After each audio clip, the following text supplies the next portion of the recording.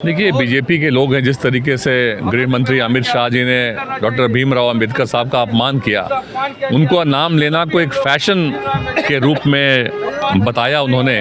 मुझे लगता है ये उनका जो आडंबर है, जो एक मुखौटा बीजेपी के लोग लगा कर रखते हैं, वो उस दिन खुल गया। देखिए, बाबा साहब के सम्मान में हम खड़े हैं मैदान में। हमने तो सोचा था कि जो व्यक्ति खुद को महामानव बताता है और संविधान को चूमते हुए फोटो खिंचवाता है, वो ऐसी कार्रवाई पर गृह मंत्री को कार्रवाई करने के लिए लिखेगा या गृह मंत्री को ये कहेगा कि आप तत्काल इस्तीफा दे दीजिए। लेकिन उन्होंने तो राजनीति शुरू कर दी।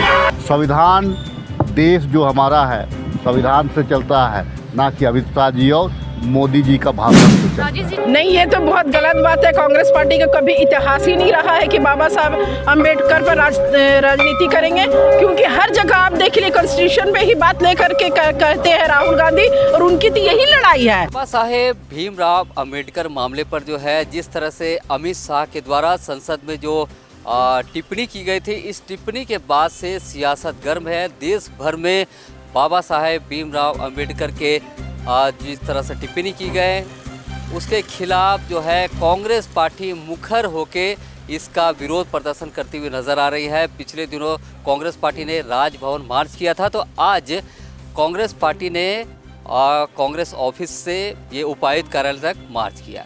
इस दौरान झारखंड प्रदेश कांग्रेस कमेटी के प्रदेश अध्यक्ष केशव कमलेश महतो के नेतृत्व में बड़ी संख्या में कांग्रेसी नेता और कार्यकर्ता यहाँ मौजूद थे और लगातार जो है गृह मंत्री अमित शाह का इस्तीफा देने की मांग कर रहे थे। यानी एक बड़ा जो है एक आंदोलन खड़ा कर दिया गया है बाबा साहब भीमराव अम्बेडकर के सम्मान में, और कहीं ना कहीं आज जो कांग्रेस पार्टी है उनके सम्मान में जिस तरह से आज मार्च निकाला गया, और कहीं ना कहीं कांग्रेस पार्टी ये दर्शा रही है कि भीमराव अंबेडकर के पक्ष में कांग्रेस पार्टी ही है और बीजेपी लगातार उनका अपमान करती आई है। तो सुनिए कि नेताओं ने क्या कुछ कहा है। देखिए, बाबा साहब के सम्मान में हम खड़े हैं मैदान में। जिस तरह से बाबा साहब के संविधान के दिए हुए नियमों की वजह से आज बाबा साहब अंबेडकर का संविधान जो है लोगों पर लागू, और जिसकी बदौलत अमित शाह देश के गृह मंत्री हैं, नरेंद्र मोदी देश के प्रधानमंत्री हैं, बावजूद वो लोग ही बाबा साहब का अपमान कर रहे हैं, संविधान को तोड़ने मरोड़ने की कोशिश कर रहे हैं, जो हम कतई नहीं होने देंगे। हम आज सम्मान यात्रा निकाल रहे हैं 24 जिलों में, और हम लगातार मांग कर रहे हैं कि अमित शाह देश से माफ़ी मांगे। देखिए, आज देश भर में जो विगत दिनों घटना घटी राज्यसभा के अंदर, और जिस प्रकार से संवैधानिक पद पर बैठे हुए गृह मंत्री के द्वारा बाबा साहब के संदर्भ में जो व्यंग्यात्मक लहजे में टिप्पणी की गई, आज उसको लेकर के पूरा हिंदुस्तान आहत है और उसी को लेकर के लोग सड़कों पर हैं, आंदोलनरत है। आज देश के सभी जिलों में अंबेडकर सम्मान यात्रा निकाली गई है, जिसके जरिए हम ये मांग करते हैं, और उपायुक्त के माध्यम से महामहिम राष्ट्रपति महोदया को एक ज्ञापन भी सौंपा गया है, जिसमें उनसे मांग की गई है कि आप तत्काल प्रभाव से गृह मंत्री का इस्तीफा लें और उन्हें बर्खास्त करें। क्या लगता है कि ये मामला जो है लगातार की तूल पकड़ रहा है? निश्चित रूप से हमने तो सोचा था कि जो व्यक्ति खुद को महामानव बताता है और संविधान को चूमते हुए फोटो खिंचवाता है, वो ऐसी कार्रवाई पर गृह मंत्री को कार्रवाई करने के लिए लिखेगा या गृह मंत्री को ये कहेगा कि आप तत्काल इस्तीफा दे दीजिए। लेकिन उन्होंने तो राजनीति शुरू कर दी। हमारा सवाल सिर्फ इतना था कि 3 संवेदनशील विषयों पर हम मांग कर रहे थे कि अडानी मामले की जांच हो, मणिपुर जैसा संवैधानिक जो प्रश्न खड़ा हुआ कि देश के अंदर आपने देखा कि विगत झारखंड में विधानसभा चुनाव के दौरान किस प्रकार से रोटी बेटी माटी की बात की जा रही थी। हमारा सवाल बस इतना है कि आप मणिपुर की बेटियां देश की बेटियां नहीं हैं। एक प्रधानमंत्री जो चुनाव में गली मोहल्लों में भाषण देने पहुंच जा रहा है, लेकिन साल भर से मणिपुर जल रहा है, कुकी और मैती समुदाय के बीच संघर्ष जारी है, लेकिन उनको जाने की फुर्सत नहीं। आखिर क्यों? और जो संभल में पूरे देश के अंदर जो दृश्य दिखाई दे रहा है जो सोशल फैब्रिक को एक तरह से बर्बाद करने का काम किया गया है। आज संभल के नागरिक जो है अपने घरों में नज़रबंद है। आखिर इन गंभीर मसलों पर कौन जवाब देगा? यही जवाब तो मांग रहे थे। देखिए, बीजेपी के लोग हैं, जिस तरीके से गृह मंत्री अमित शाह जी ने डॉक्टर भीमराव अंबेडकर साहब का अपमान किया, उनको नाम लेना को एक फैशन के रूप में बताया उन्होंने। मुझे लगता है ये उनका जो आडंबर है, जो एक मुखौटा बीजेपी के लोग लगा कर रखते हैं, वो उस दिन खुल गया। और जिस तरीके से बीजेपी अपने आप को बैकफुट पर जब भी पाती है, अभी जिस तरीके से अडानी और मोदी के रिश्तों के बारे में जब अटैक किया गया, जब लोगों ने राहुल गांधी जी ने उनके रिश्तों की बात की, राहुल गांधी जी ने जो अमेरिका में उनके ऊपर जो केस हुआ है उसकी बात की, तो ये लोग बिल्कुल परेशान होके अंबेडकर साहब के ही पीछे पड़ गए। तो ये कहीं ना कहीं इनका मुखौटा उतर चुका है। और जो बीजेपी के लोग हमेशा से इस संविधान को, इस कॉन्स्टिट्यूशन को वो मानते नहीं, तभी लगातार जो यहाँ के आदिवासी हैं, यहाँ के दलित हैं, यहाँ के जो गरीब हैं, जो पिछड़े लोग हैं, उनका हक मारने का ये प्रयास करते हैं। और ये आज उनका मुखौटा खुल चुका है और देश की जनता उनके असली चरित्र को देख चुकी है। कांग्रेस पार्टी लगातार यहाँ के आम लोगों के साथ खड़ी रही है, उनके इश्यूज़ पे खड़ी रही है, महंगाई और बेरोजगारी के इश्यूज़ पे खड़ी रही है।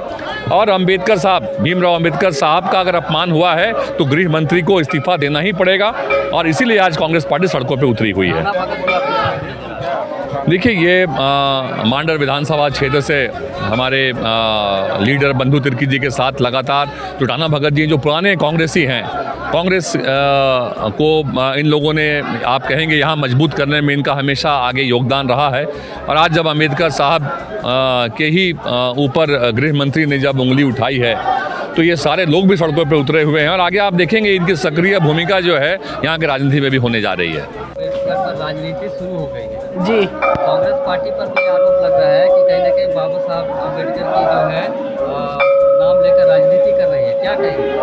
नहीं, ये तो बहुत गलत बात है। कांग्रेस पार्टी का कभी इतिहास ही नहीं रहा है कि बाबा साहब अम्बेडकर पर राजनीति करेंगे, क्योंकि हर जगह आप देख लिए कॉन्स्टिट्यूशन पे ही बात लेकर के कहते हैं राहुल गांधी। और उनकी तो यही लड़ाई है, वो उनकी यही लड़ाई है कि बाबा साहब अम्बेडकर को आप लोग नीचा ना दिखाएं, क्योंकि वो जो है दलितों का सम्मान किए हैं। और अब हमारे राहुल गांधी भी हमेशा आदिवासी और दलितों के साथ है। इवन कि उनके ये राजीव गांधी भी उसी पर काम किए, नेहरू जी भी उसी पे काम किए हैं कि आदिवासियों का सम्मान दो। तो ये तो बहुत बड़ा जुल्म है, और हम तो कहेंगे जुल्म है।